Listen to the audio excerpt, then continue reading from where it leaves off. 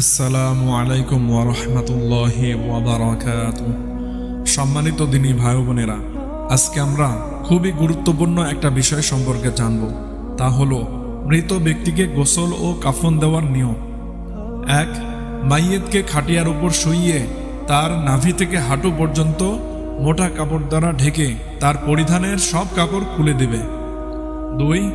তারপর হাতে কাপড় পেঁচিয়ে 3 থেকে 5 ঢিলার দ্বারা ইস্তেঞ্জা করিয়ে ওই স্থান ধৌত করে দিবে। 3. তারপর নাকে, মুখে, কানে তুলা দিয়ে অজু করাবে, তবে মুখে ও নাকে পানি প্রবেশ করাবে না। প্রথমে চেহারা, তারপর কনুই সহ 2 হাত ধোয়াবে, অতঃপর মাথা মাসা করিয়ে উভয় পা ধোয়াবে। 4. গোলাপ, সাবান বা এ জাতীয় জিনিস দ্বারা মাথা ধোয়াবে। 5. মাইয়েতকে বাম কাতে শয়ন করিয়ে শরীরের ডান পাশে মাথা থেকে পা পর্যন্ত বরই পাতা মিশ্রিত হালকা গরম পানি 3 বার এমনভাবে ঢেলে গোসল করাবে যাতে পানি বাম পাশ পর্যন্ত পৌঁছে যায়।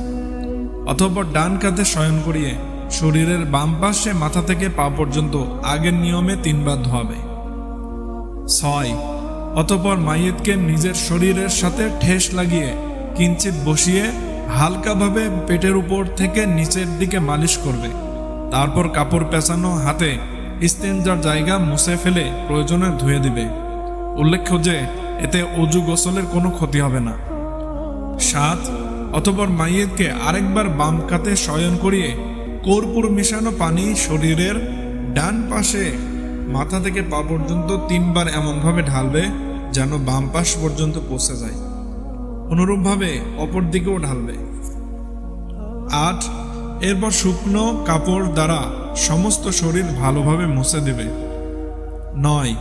মাইয়েতকে কাফনের উপর রাখার পর তার নাক, কানের তুলা বের করে ফেলবে, অতঃপর তার মাথায় এবং পুরুষ হলে দাড়িতেও আতর লাগিয়ে দিবে। কাফনের কাপড়ে আতর লাগাবে না বা তুলায় লাগিয়ে মাইয়েদের কানে ঢোকাবে না। তাছাড়া কপালে, নাকে, উভয় হাতের তালুতে, উভয় হাঁটুতে এবং পায়ে কর্পূর লাগিয়ে দিবে। 10. মাইয়েতের পশম, গোফ, চুল, নখ কাটবে না এবং তার চুল আঁচড়াবে না। যে অবস্থায় আছে সে অবস্থায় রেখে দেবে। গোসল শেষে কাফন পরিয়ে অতি সত্বর জানাজা নামাজের ব্যবস্থা করবে। আর কিছু লোক কাফনের কাপড় খরিদ করে তা প্রস্তুত করবে। পুরুষের জন্য 3 কাপড় আর মহিলাদের জন্য 5 কাপড় দিবে। পুরুষদের জন্য 2.5 হাত বহরের 8 থেকে 9 গজ এবং মহিলাদের